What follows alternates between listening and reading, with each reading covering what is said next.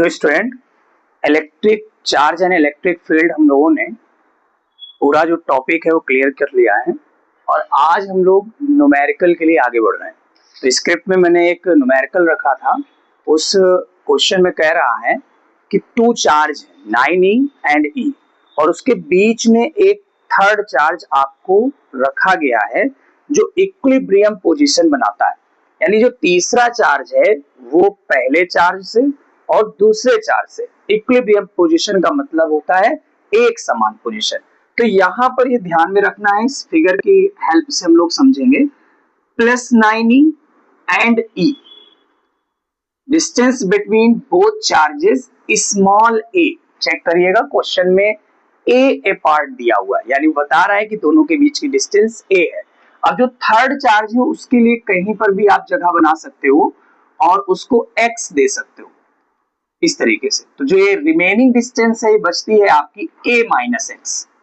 और ये पॉइंट ऐसा है जो इक्विलिब्रियम पोजीशन को शो करता है। इसको नाम भी पॉइंट को दे सकते हैं a, b और यहाँ पर o, जहां पर q चार्ज रखा हुआ है।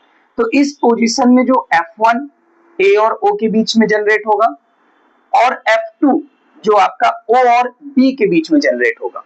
कूलम्ब्स लॉ की थ्योरी से F1 और यहाँ पर F2 दोनों आपस में क्या होंगे, इक्वल होंगे। इनको देखना है। तो सबसे पहले मैं यहाँ पर इसके बीच में जो F1 जनरेट होता है उसकी इक्वेशन बाय कूलम्ब्स फार्मूले से लिख रहा हूं। आप देख सकते हैं 9e इंटू क्यू अपॉन में एक्स स्क्वायर। ठीक है।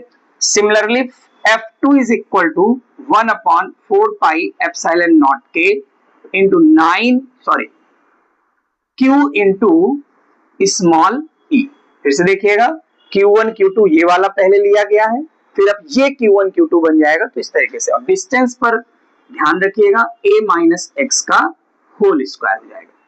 दोनों की पोजीशन पहले ही बता दी गई है, इक्विलिब्रियम है, यानी दोनों को हम लोगों को इक्वल करना है। 1 अपॉन 4 पाई एप्सिलॉन नॉट के 9e इंटू क्यू अपॉन में X square 1 upon 4 pi epsilon naught के into Q into E upon में a माइनस एक्स का होल स्क्वायर।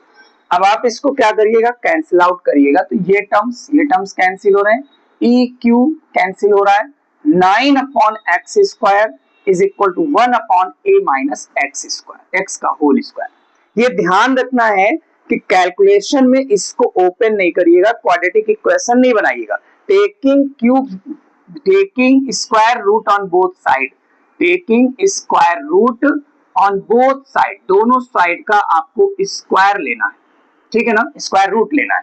तो 3 अपॉन में x 1 upon a minus x, cross multiply आप करोगे तो 3a minus 3x is equal to x। ठीक है। अब आप देख सकते हो यहाँ पर 3a और ये 3x। अब आप देख सकते हैं ये टर्म्स आपका जाएगा, तो इधर आपका क्या आ जाएगा, 2x आ जाए, सॉरी 4x आ जाएगा। 3a is equal to x plus 3x। तो ध्यान रखना है 3a is equal to 4x। तो x की जो हमारी वैल्यू आ गई वो 3a अपॉन में 4 आ गई, ये चेक करना है। फिर से एक बार कैलकुलेशन चेक कर लीजिएगा, इसका 3 आएगा, इसका x आएगा, यहाँ 1 अपॉन a माइनस एक्स आएगा, क्रॉस मल्टीप्लाई करेंगे 3a माइनस 3x, ट्रांसफर होगा तो ये 4x हो जाएगा। x की वैल्यू अगर हमें फाइंड करनी है तो ये आपका इतना आ जाएगा। ठीक है। तो इस तरीके से आपको जानकारी हुई कि जो हमारा थर्ड चार्ज है वो 9e चार्ज से इतनी डिस्टेंस पर आपको रखना पड़ेगा। ओके बेटा, तो ये मैंने एक क्वेश्चन आपको दिया है। ऐसे बहुत सारे अच्छे क्वेश्चन की सीरीज में देता रहूंगा, आप मेरा वीडियो देखते रहिएगा।